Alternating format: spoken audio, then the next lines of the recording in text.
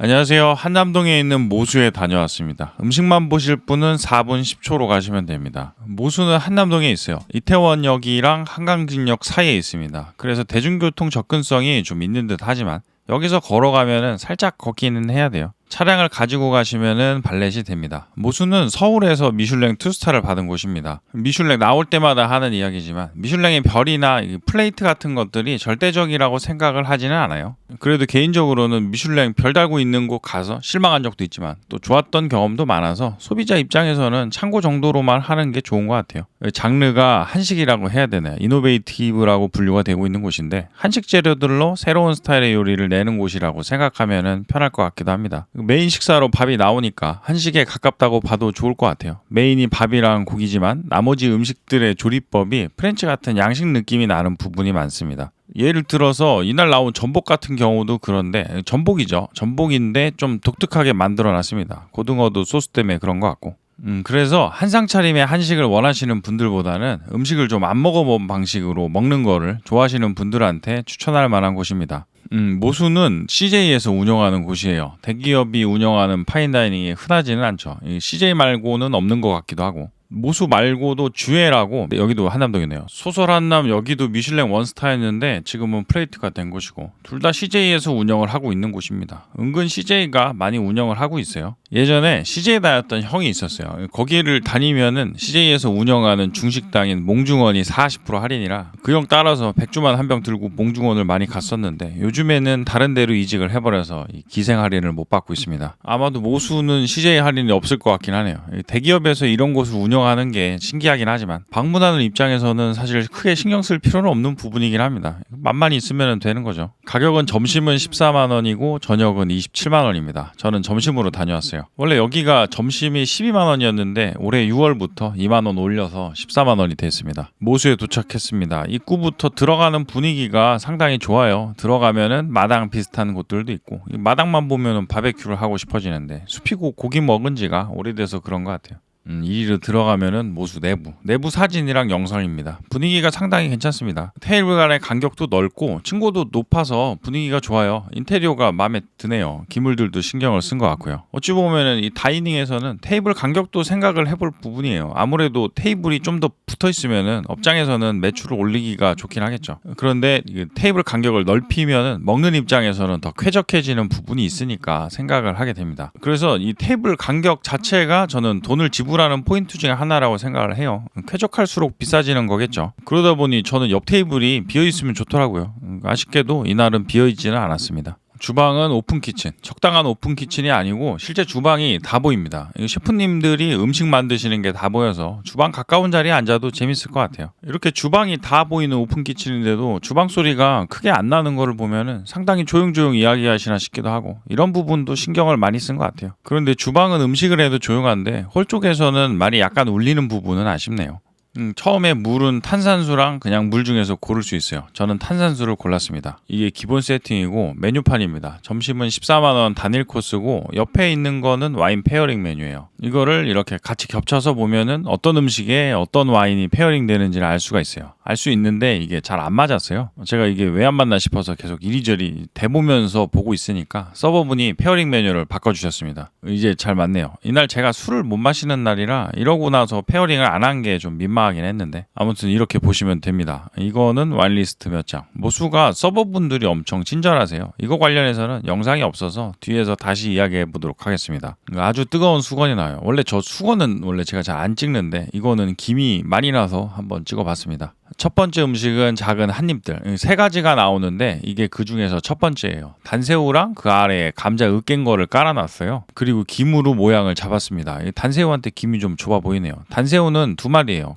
김이 비싼 건지 부서지는 느낌이 상당히 좋습니다. 단새우야 그 적당히 달고 녹진한 맛이고 처음 시작하기에 좋은 음식이네요. 두 번째 한입거리는 적양배추 타르트. 안에는 순무의 발효액으로 만든 젤리가 들어가 있대요.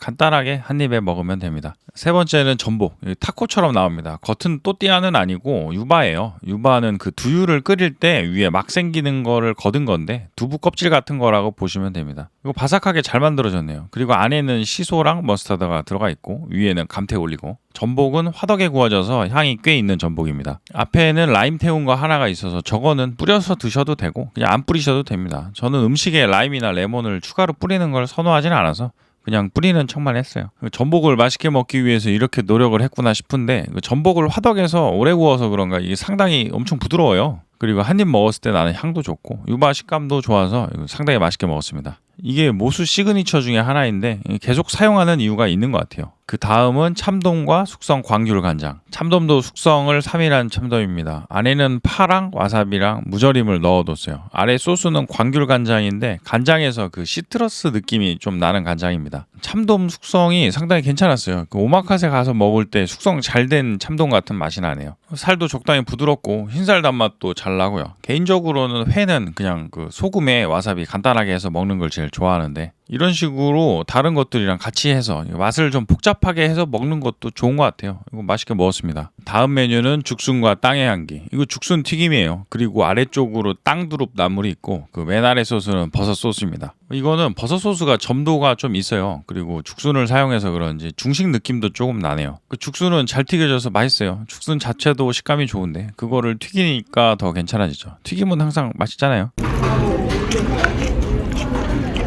아래 저 베이지색 소스가 파스닙 소스인데 저거 찍어 먹으면은 잘 어울립니다. 이렇게 어느 정도 가격이 있는 곳에 오게 되면은 이렇게 뭔가 두릅 같은 나물이 나와도 다 먹게 되는 것 같아요. 이거 상추가 나와도 제가 다 먹겠죠. 그리고 모수가 음식의 양이 많은 편이 아니라 뭐가 나와도 전부 다 먹어두는 게 배를 생각하면은 좋을 것 같아요.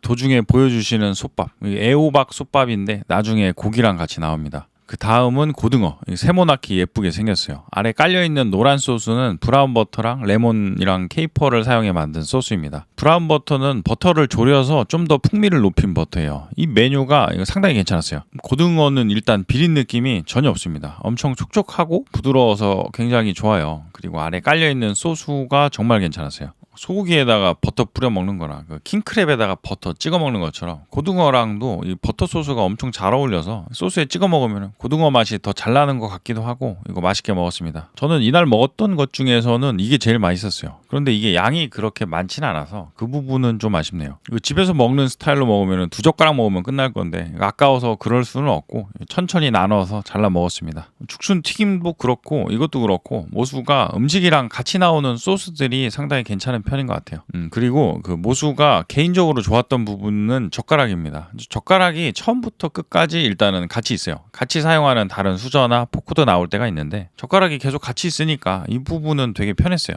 개인적으로는 고기 써는 거 아니고서야 포크 나이프보다는 젓가락이 훨씬 편해서 되게 좋았습니다.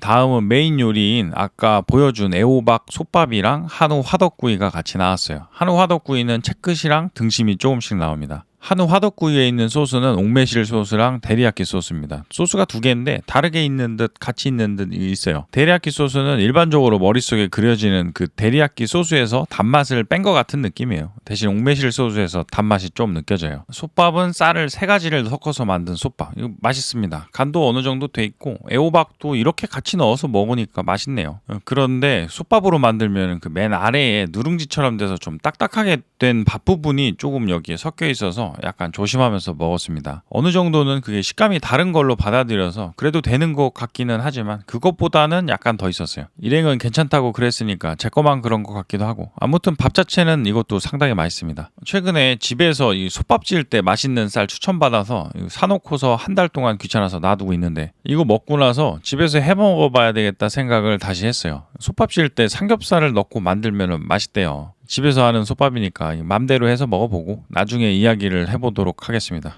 고기는 잘 구워진 고기예요. 살치살이나 등심도 고기 맛도 잘 나고 좋습니다. 다 한 점씩 집어먹기 좋게 잘려져 나와서 편했어요. 소스도 잘 어울리긴 하는데 이거는 개인 취향이 있긴 하겠죠. 솥밥이랑 같이 먹으면 됩니다. 이제 디저트가 조금씩 나오긴 하는데 4번에 걸쳐서 나와요. 이게 첫 번째 디저트입니다. 참외로 만든 얼음 과자 비슷한 거랑 아래에 있는 세미프레도라고 이탈리아 아이스크림 케이크 좀 있어요. 그 세미프레도가 커스터드 크림 얼렸다가 반쯤 녹을 때 먹는 듯한 느낌인데 저기 유지방 함량이 젤라또나 그냥 아이스크림보다 높아서 좀 더 부드럽고 좀 더 풍미가 좋습니다. 이거 시원하고 좋았어요. 참외에 꿀 찍어 먹는 느낌이에요. 두 번째 디저트는 레몬 증편이랑 음료수. 레몬 내용물은 어디다가 사용을 하고 남은 껍데기에 술빵이 들어가 있습니다. 이거를 먹고 세 번째 디저트는 다시마 아이스크림. 카카오닙이 아래에 좀 있고 위에 감태를 올려뒀어요. 이 이름이 왜 다시마로 아이스크림을 만드냐라고 하던데, 다시마 아이스크림은 묘한 감칠맛도 있고 맛있는데 약간은 덜 달아요. 마지막으로 약과랑 커피나 차가 나옵니다. 맛있게 먹었던 한남동 모수. 음식을 생각해 보면은 곤란한 부분도 없고 맛도 좋아서 상당히 좋았습니다. 전복도 좋았고 고등어도 아주 맛있게 먹었어요.